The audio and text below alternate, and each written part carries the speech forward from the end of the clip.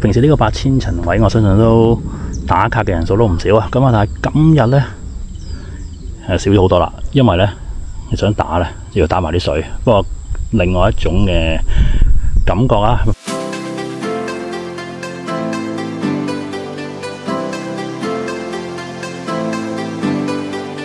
呢度係城門水塘嘅菠蘿壩，今日係2025年嘅9月27號星期六。3日之前呢，香港呢係受到呢一個2025年全球最勁嘅颱風啊華加莎嘅吹襲啊。咁其實好多地方呢都已經受到嚴重嘅破壞啊。咁今日呢，我就帶大家行一轉城門水塘。咁啊，究竟睇下呢個華加莎呢對於香港嘅郊野公園呢造成有幾多個損毀先啊？點樣可以嚟到呢個城門水塘呢？最簡單嘅方法呢，就喺荃灣站 B 出口，然之後呢過天橋，行到天橋嘅盡頭之後轉左，落呢個天橋之後呢，一直行到去眾安街，然之後轉右，咁見到呢個兆和街呢，咁嗰度有啲綠色小巴嘅，咁啊上一架去城門水塘嘅小巴呢，就可以直接嚟到呢個菠蘿壩噶啦。今日呢，我哋呢主要呢行呢個城門水塘呢，其實我哋都睇下可唔可以行晒一個圈啦，因為始終呢，有啲林道呢就。根據呢一個漁農署啱啱尋日啊發布嘅一個消息個 PDF 咧，就話有啲林道嘅山段咧就係有啲山泥傾瀉嘅現象，咁啊封咗，咁我哋都唔會揀過嘅。咁所以咧今日咧我哋去城門水塘咧，最主要咧我哋只係會去到呢個響日台就會完啦。咁啊，但係響日台點樣上咧？咁啊為順景上啊定係石屎路落咧？咁啊都要睇個因應嘅路況，然之後先至可以決定得到嘅。咁所以咧今日整條線咧，計我由呢一個城門水塘嘅菠蘿壩去到呢一個響日台咧，都係講緊4.4公里到啊。咁啊好短啊！最主要都係想睇下呢一個郊野公園俾呢個華加莎吹襲之後嗰個嘅損毀情況嘅啫。出發之前報翻個天氣，天文台嘅預報係27至到32度，天氣係非常之炎熱啊！咁所以咧行山咧記得帶翻多少少水，同埋做翻好少少防曬啦。第一個點咧，我會先去呢一個8000層啊。咁啊，去8000層好簡單嘅啫。咁啊，落車之後咧就由呢條樓梯呢個位置上。咁啊，由呢度過到8000層咧，水平距離大約2公里，即係2公里度啦。咁我諗應該都係一啲好簡單嘅石屎路。咁啊，睇下我哋行唔行下游嗰段路啦。因為我都比較擔心會太過水位比較高。經過樓梯上完嚟之後咧，一條路嘅啫，直去。咁可以睇下現場嘅環境先啊。咁啊，都係一啲基本嘅冧樹啦。咁啊，明顯見到清理過。都執過嚟，啲泥啊鬆晒咁啊！大家聽下啲流水聲，啲水位係幾咁高啊！啲流水係幾咁澎湃啊！呢個城門水塘嘅水位真係好誇張，應該去到8000層咧，應該會有機會會落唔到下邊嗰個下游位去拍攝嘅。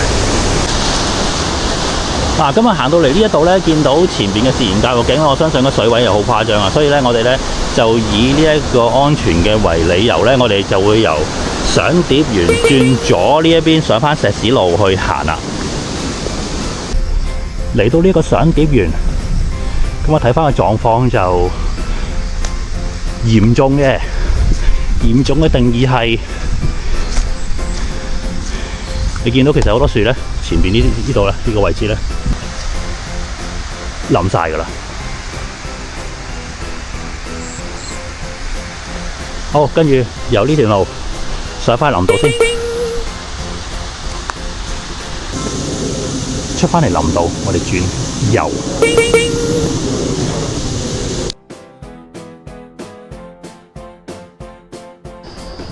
呢啲係典型冧樹啊！好誇張呢個位置。我諗呢棵樹都已經係鋸咗一大半啦。係啦，冇錯，鋸咗一大半啦。華加莎嘅風速就好犀利啦，有成百幾公里。咁啊，我哋喺大廈入邊咧，有時都會感覺到有啲好似搖下搖下嘅喎。咁其實有冇問題嘅咧？即係去到個風速要去到幾多先至會，即係會影響到啲大廈咧？咁我就做咗少少資料搜集。咁啊，以下嘅資訊咧就俾大家參考下嘅。當打風嗰陣時咧，我哋咧喺樓宇入邊咧，其實會感覺到有陣時會搖下搖下，當然係好輕微啦。咁其實會唔會冧咧？其實咧嗰啲風速咧要去到每小時幾多公里咧，啲樓先會頂唔順咧。咁而家咧我哋就俾一個資訊大家參考下先。OK。咁咧喺一般我哋進行呢個樓宇設計嗰陣時咧，其實咧我哋係會用一個叫做 Wind Reference Pressure 嚟計算呢一個可承受嘅風力。咁究竟個風力要去到幾多先至係為之安全呢？咁根據呢個屋宇署 Code of Practice 入邊嘅 Wind Effect in Hong Kong 2019入邊咧，咁我哋咧就喺個抗風力嘅標準，其實要去到幾多公里先為之合格咧？就係250 km/h， 咁我哋先至為之係合格嘅。好啦，咁啊會衍生一個問題嘅喎，咁啊會唔會大過250 km/h？ 咁會唔會座樓會頂唔順咧？其實係唔會嘅，因為咧我哋咧喺設計入邊咧仲會考慮到其他因素啊，例如呢個 effective of height 啦、size factor 啦、topographic 等等啊，咁所以咧我哋係個係數嗰度咧係會再 take 高少少啊，咁所以咧其實係會安全嘅，咁所以咧大家都唔使太擔心。因為咧，就算咧啲大廈咧係有搖晃咧，咁喺香港嘅建築結構咧係非常安全可靠嘅。Good。咁啊，大家睇完我嘅資訊之後咧，咁啊應該都理解得到就係香港嘅樓宇係好安全噶啦。好，咁啊望翻呢一個城門水塘望上去嘅呢個位先，呢度呢一個浸山啊。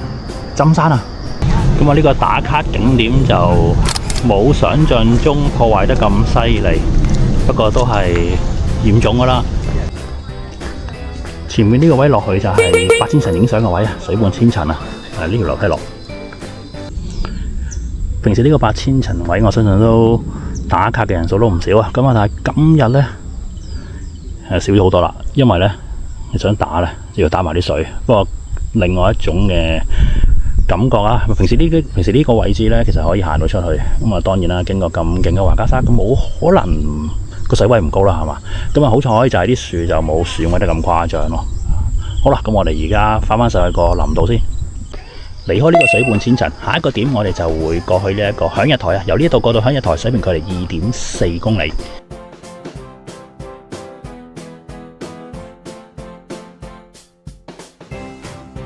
嚟到十字路口位，我哋而家開始轉入響日台。嚟到呢個位置咧，先至轉左落響日台啊。咁啊，呢個位置過到響日台咧，水平距離大約450米度啦。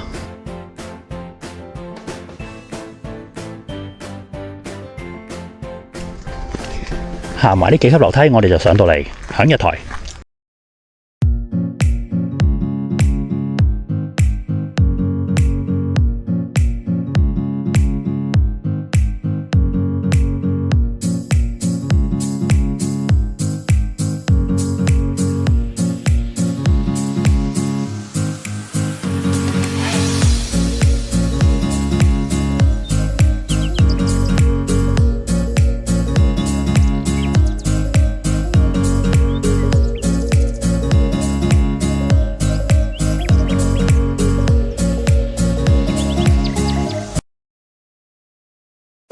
響日台啦，呢個位置就係浸山啊，浸山。咁啊，而呢邊咧，右手邊浸山嘅右手邊呢個金山啊。咁啊，再遠少少啊，睇到鳳凰山啦。